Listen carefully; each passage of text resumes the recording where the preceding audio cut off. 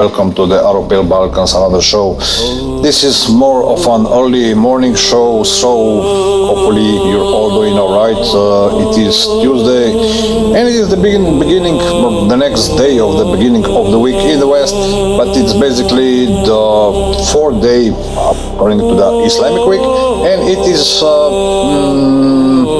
third day according to the Judaic beliefs. So yeah, we're talking about monotheism, we're talking about religion, and if you have any questions, you can tune in anytime, and we can speak about things such as religion, such as things which are of esoteric nature, and maybe we get some advices, we get some guests, and we get into nice morning conversation that we wake up, drink our coffee and feel better, So why not, why not have a nice conversation, but you have to be polite. See? On this channel, we want be seizing the insults to the ether. So if you would be impolite, if you will be impolite, I will in fact remove you as soon as I can. Let's call it cyber grappling, however you would like to call it. It's entirely up to you. But here, because we are presenting the religious views, we are talking not like that we should be like this 100% polite, just in a matter of common sense, in a matter of reasoning. And why not? Why would we insult somebody on the internet? Have this online chitter exchange of words, and then be seeking. You remember when you said this on the internet? I know that you said it, because I recall it, and now I guys are still, for example, I agitated about something, and they want, for example, to find out why did somebody say something. Wa alaikum salam, Sister Sana. Thank you for tuning in yesterday. As you see, today I went live earlier, so hopefully somebody tunes in, somebody gets, somebody tunes into our frequency, and we can have this nice morning presentation of religion, and maybe some sort of cross talk. Maybe we can achieve that we would be having this cross-cultural conversation of sorts. Why are things the way they are? Because many people are wondering about this. Sana said, I didn't sleep. You didn't sleep since yesterday or today. Sana, I suggest you get some sleep, because if you don't, you won't feel so well. So hopefully you get some rest. That at least the reset of the synapses. It's 17 hours. It's a lot. Hopefully you got some caffeine, at least, that you cheer yourself up. But if you don't, also, if you can keep your mind steady, that's all right also. If don't use anything illegal. This is forbidden in our religion. And of course, as human mind progresses, it gets more and more developed. Some people get used to it. For example, for me, it depends in what kind of biorhythm am I. For example, if I work night shifts, when I was working night shifts, or if I work night shifts, basically my biorhythm is different than if I'm working early in the morning. Everybody knows that. But sometimes it happens that the work is of this, I would call it I exactly know what you mean, Sister Sana. It's like if you're in this hybrid state of mind, that you don't know, if it's day or if it's night, if it's Sunday or is it Saturday, then it's even hard to distinguish which day it is, not what's the time, It's like, I must go to work. No, you are already late. I don't pretty understand what you're talking about. Because in this Western hemisphere of things, like humankind is always late. Is always late for something. It's already when you arrive, it's already too late. Even like yeah, exactly. What in late live on. I understand what you're saying. Yeah, exactly for that. Like people should reflect and maybe contemplate about God, about what purpose. I mean, everybody should seek the purpose in their lives. Why are things the way they are, and why maybe at least philosophize. I mean, because it is said, that the knowledge of the Imam Mehdi, svakako može da se prilagodi čovjek na bilo šta i najviše kao što znamo ili barem ja tako shvatam, najviše ljudska vrlina je u stvari prilagođavanje. Je da se čovjek prilagođava jedna druga, jer ko ne zna da se prilagođava, onda svako zna da ko ne zna da se prilagodi, ne znam, ili susjedu ili ne znam, sugrađanima ili meštanima i sudržavljanima i svjetskim nazornicama. Svakako neće biti baš najbolji završetak, ali uvijek se mogu stvari da se prilagode na neki smisao života, kako to, na primjer, kada pratim druge TikTok kanale, kako se pita, na primjer, Vorki, vidiš, on je stari čovjek od mene i on je, kako kažem, ja ne kažem za sebe da sam idealista, jer kako bi bio idealista, onda bi tražio, ne znam, meni su ideali, bar tako shvaćam, da ležim negdje na suncu, na nekoj plaži i ne brinem za bilo što. To mi je ideal, ali znam, jer nisam idealista, ja znam da to nije ostvarljivo, dakle, da bi trebao počiniti neke teške stvari da bi to ja dostigao i nisam išao tom putem. Dakle. I uvijek sam, na primjer, uvijek znam, jer da ovaj svijet od uvijek sam nekako shvatao da nije baš najbolje mjesto za ne znam, ostvarivanje nečeg što bi izgledalo kao, ne znam, da bi bilo dostojno čovjeka i zbog toga treba suštinski da se djeluje iz perspektive inteligencije. Da se djeluje, u stvari, da je čovjek ima intelekt, dakle, svaki čovjek može da bira u svakom trenutku, dakle, da li ide ovim putem ili onim putem. Ako dobije nešto što misli da je dobro za njega, onda će svakako misliti, pa dobro, gledaj, ja ću sad ići ovim, zašto bi to bilo loše za mene, ali svakako čovjek, jer je Imam Ali je rekao, dakle, da kada dođe neko, kada je došao neko do Imama Alija, neki čovjek iz daleke zemlje i došao je pred Alija, dakle, i rekao, donio sam ti ovo i ovo, ne znam, donio mu je briljante, ne znam, drage kamenje.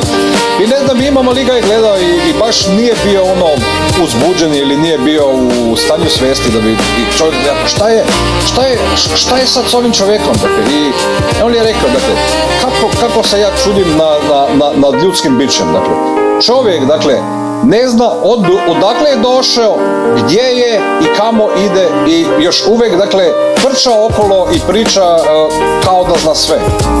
Svakako i ako usporedimo šta je Sokrat rekao, dakle, Sokrat je rekao, jedino što ja znam je da ne znam ništa.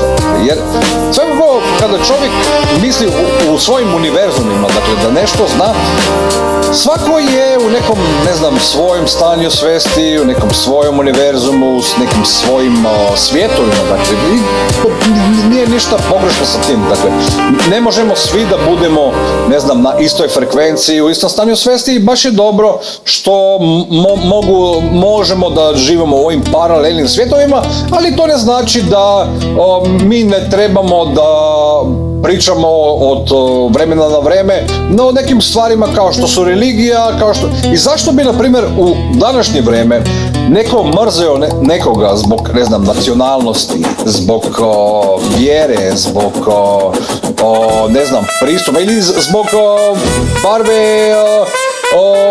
barve kože. Ne znam zašto bi do toga došlo. I više je problem, ja mislim, u ovim, kako kaže, dakle, šija islam i kako kaže ova šiitska škola misli, je ovaj, dakle, da protiv intelekta idu ovi soldati ili vojnici ignoranci.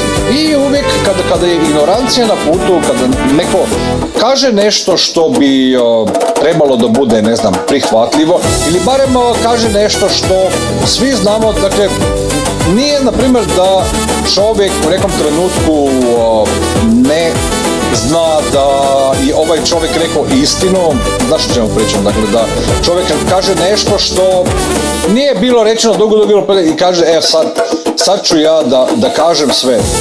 I reći čovjek i baš ono, kada nešto naleti na gluve uši, dakle, naleti na gluve uši, gledaj, ovo je istina, ali važno je da si ti to sad rekao, ali mi ćemo to, dakle, sad provjeriti, ćemo onda ići nekim putem da se to ostvari. I svako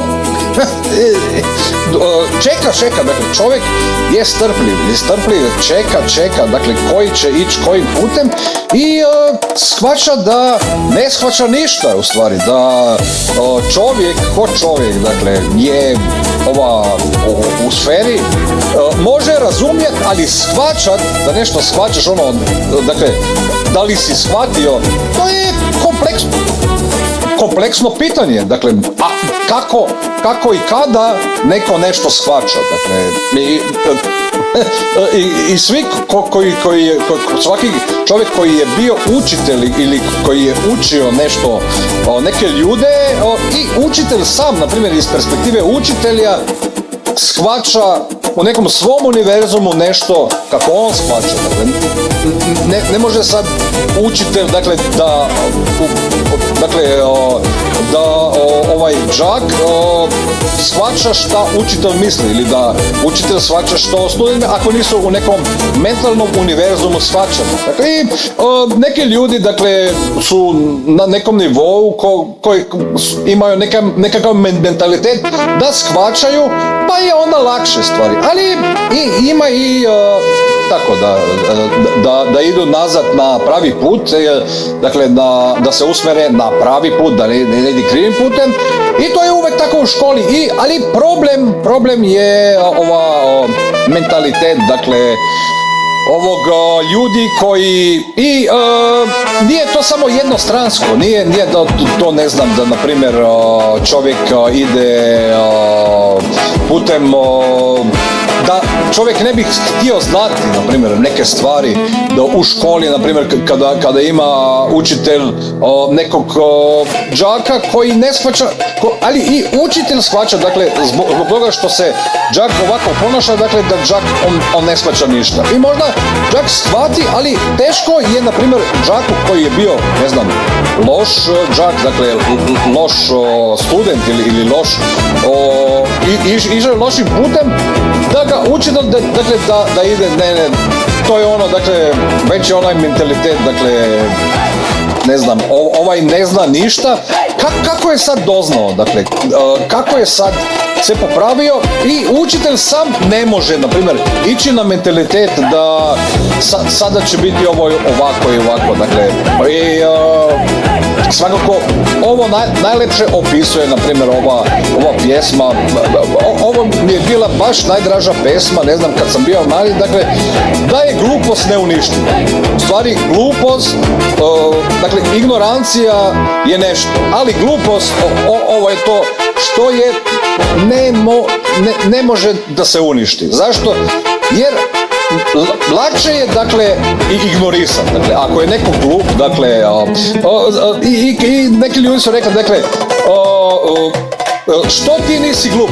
Dakle, ja bi bio glup, dakle, ali ne mogu, dakle, prevelika je konkurencija ovih ljudi što su glupi. Da budem, dakle, ovako glup kao najgluplji, dakle, i na ovom levelu idiot je blaga riječ, ne znam, za mene idiot nije neka uvreda, dakle, idioti su oni baš zabavni, dakle, evo vidiš, su zabavni ljudi i nije teško biti idiot, dakle, baš je fino glumiti idiota, dakle, šta ti znaš, ja ne znam ništa, dakle, ko je ikada ko znao? I Sokrat je rekao, ja jedino što znam je da ne znam ništa. I, dakle, svako kaže, na primjer, gledaj, otac, na primjer, kada shvaća, dakle, gledaj, moja djeca su sada imaju ovoliko i ovoliko godina, dakle, ovaj shvaća ovo, i otac svoje sinove, dakle, svoja djecu, dakle, pokušava da ih, ne znam, barem odgoji ili im objasni neke stvari da ne ide, dakle, da bude, dakle, kasno poslije, dakle, i brine kao roditelj, svakako, svaki roditelj brine o svojoj djeci, dakle, da ne bude išao krivim putem, samo da neće da ide van, da popije, samo ne da cigaru zapravo. I svaki čovjek, svaki roditelj želi dobro svojoj djeci, dakle, ali kao što kažem, dakle, ide djeca u školu, ide na sportove, ide u disko, Bože ne daj, i onda dođe do onog što dođe i roditelji su, neki su sretni, neki nisu, i svakako roditelj ima pravo da kaže svom sinu, da kaže svom djetetu ono što je za roditelja, ne znam, ono što on misli. I sin do neke mjere, dakle, djeca trebaju i da razume svoje roditelje. Ali ovaj cirkularni sustav psihologije je u sustavu društva, ja mislim, kako sam ja to shvatio, išao nekim putem koji nije baš najbolji. Dakle, da bi mogao biti ovaj put mnogo bolji i da bi trebali ljudi razumjeti da, na primjer, ljudi idu nekim putem ne zbog toga što bi oni to htjeli, već, dakle, kada kažem da je neko primitivan, dakle, ljudi skačaju, kako si mogao, dakle, da kažeš nekome, ovom primitivcu, dakle, ovom čovjeku sa ulice, nešto ovako, jer on ne razumije.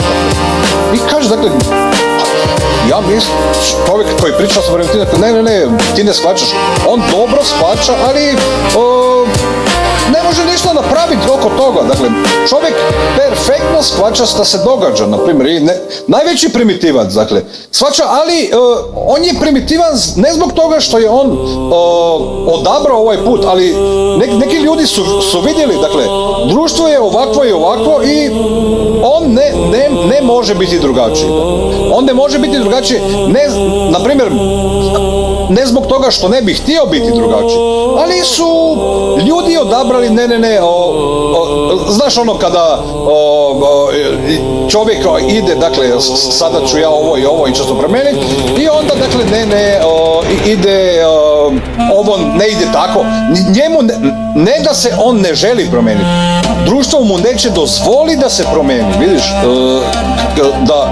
jer društvo očekuje, dakle, nije, dakle, da društvo očekuje, gledaj, svima ćemo dati ovu mogućnost, svi ćemo biti fini i popravit ćemo se, ne, društvo, dakle, na nekom nivou želi od čovjeka da bude u okvirima, ali nekako da se on svojim tempom i svojim sustavom prilagođava, već kako društvo to očekuje od njega. Dakle, kako sistemski sustav u stvari očekuje od čovjeka onakvim putem će čovjek biti prihvaćen i on će biti shvaćen. I nije važno koliko mi objašnjavamo, na primjer, ljudima ili kako roditelj objašnjava svojoj djeci, na primjer, ne znam, danas je vrijeme ovako i sutra će biti drugačije, ili prije bi je bilo drugačije i danas je ovako. Ako, ne znam, ovaj sin, kćer ili ovaj mlađi sugovornik ne shvaća ono što, ono što mu čovjek koji mu želi to objasniti, šta želi da kaže, možda ne razumije zbog onoga što ne želi čuti ili o nekom drugom mentalnom stanju, ili ne čuje zbog toga što ga baš briga, dakle, što čovjeka baš briga šta on priča i ne želi da shvaća ove stvari, i to je problem. I upravo zbog toga ja mislim da bi trebalo da napravimo neku vrstu paradigme kako bi mi trebali da zauzmemo ovaj stav da jedino ako ćemo napraviti, dakle, ovu božanski pravedni sustav, što se religije Boga ili Allaha subhanahu wa ta'ala,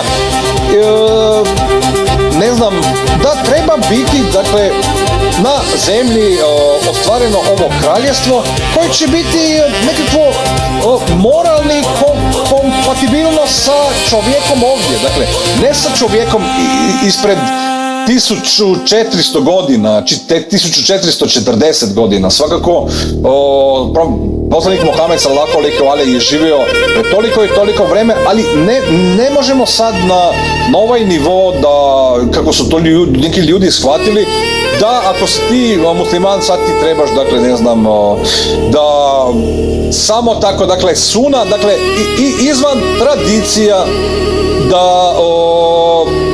da ide ovakvim putem. Dakle, ali svakako, na primjer, tradicija, jer se kaže, dakle, suna, ovaj put poslanika Mohameda se ne mijenja, ali suna, dakle, suna je u stvari put, ali kada se govori o suni, se govori, dakle, da se u religiji, kao što je islam, ovaj put, dakle, se ne mijenja. Dakle, da u stvari se ostvari ono što je u ovoj knjigi Koran, kao što je bila razodevena poslaniku Muhamedu, da se ovaj put ne mijenja. Dakle, ne može neko da, kada se kaže da se ne može da se izmijeni Koran, dakle, to nije to, dakle, da sada ja moram da živim ko poslanik Mohamed, da, ja ću sad ići u pećinu, putit ću bradu i stavit ću sandale na noge i bit će mi baš fino. Ne, ljudi ne shvaćaju, dakle, da kada se govori o suni, govori se, iako kažu, na primjer, suniti, ne, ovo je, dakle, ja vam ostavljam, dakle, Koran i sunu, svakako, ali to je Koran i put Korana, dakle, put Korana, koranski put i ovo otkrivenje što je u Koranu zapisano, ovo je suna, dakle, nije sad suna, sad ću ja da pravim taklid od Mohameda, dakle, zašto bi ja, i kada govorimo o taklidu, šta, koji ću ja biti lik, dakle, da, na primjer, da mi je dobar neki, ne znam, pjevač tamo, baš mi se sviđaju neke pjesme i ja ću sad baš, ja ću sad biti kao on, sad ću ja ufurati džir i snimit ću stvar, dakle, i bit ću onako kao on. I likovi shvaćaju, da, sad vidi lika, on je stavio sad kaput na glavu i išao je ovim putem, on je potpuno, ovaj je u filmu, bit će on kao što je onaj, bit će i bolji, ali nije to suština, jer ako na primjer na primjer mogu ja pričati da mi se sviđa filozofija od sokratske metode, na primjer, da idem, dakle, sokratska, dakle, znači da ima više členova u lancu prenosa, da idem ovim putem, ali ne mogu ovako raditi kao što je radio Sokrat, ili barem možem da tražim komparacije kao što ih je Sokrat radio i upotrebim ovako na praktičnim primjerima. Dakle, ovo je suština ovog, da činimo u praksi ono što je Sokrat radio, ali ne mogu, dakle, ili ako idem u taklit Diogena, dakle, da sad idem, ne znam, da živim u buretu i kažem, ja ne trebam nikoga, dakle, šta mi sad smetaš, dakle, ja sam sad ovdje u buretu, živim i ostavim na miru, ono, šta je sad čovjek, dakle, došao mi ovo, kako sam, šta me pitaš kako sam, gledaj, u buretu sam i fino mi je, šta drugo trebam, dakle, ovo je ona, kada govorimo o filozofima, ovo je ono, diogenska metoda grčka, i svakako Grci su bili super ljudi jer su ostvarili u neku vrstu, hvala samo, ostvarili su nekakav smisao ovog apsurda postojanja čovjeka, dakle, u demokratičkom sustavu, dakle. I to treba da ljudi shvate, dakle, kada se govori o filozofiji. I niko nije shvatio baš ništa, ili kako kažemo, nisu željeli da shvatio, dakle, odmah, dakle, i zbog toga je ova filozofija, dakle, shvaćanja ovako omražena, dakle, jer stvar je da filozofi shvaćaju previše za ovaj sustav i ljudi ih zbog toga baš ne vole, pa i filozofi sami trebaju da idu putem koji im se možda nije najbliži, nije, ne znam, najviše sustavno potpora. Mi znamo da ako je neko filozof, dakle, može samo završiti na možda nekim putevima koji možda budu savjetniki nekome tamo, da, ovaj čovjek, dakle, ovoga ću uzeti, dakle, da malo, ne znam, ide neki hype napravi, neki ovi filozofi baš što su inteligentni, više ih upotrebljavaju ove, ne znam, više intelektualne namjene nego neke druge puteve.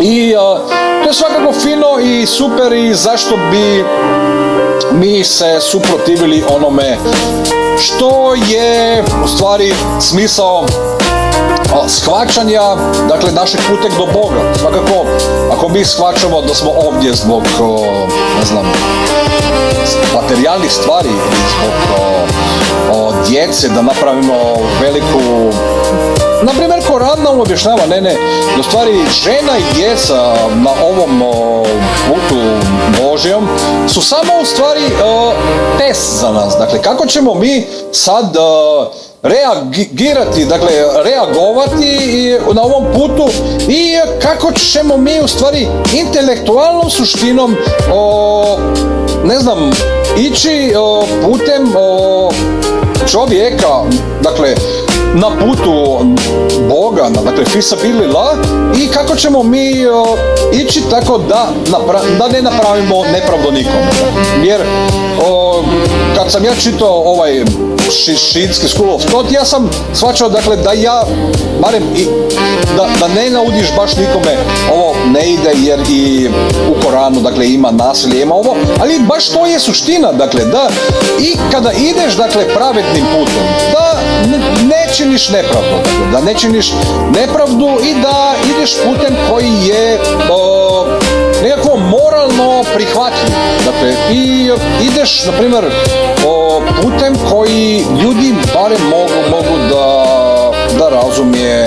da razumiju ovako kako bi trebali da razume. I inače, uvijek će čovjek završiti u nekim neprilikama, u nekim stanjima svijesti koji, ili situacijama, fizičkim situacijama, dakle konkretnim situacijama koji neće biti baš najbolje za njega.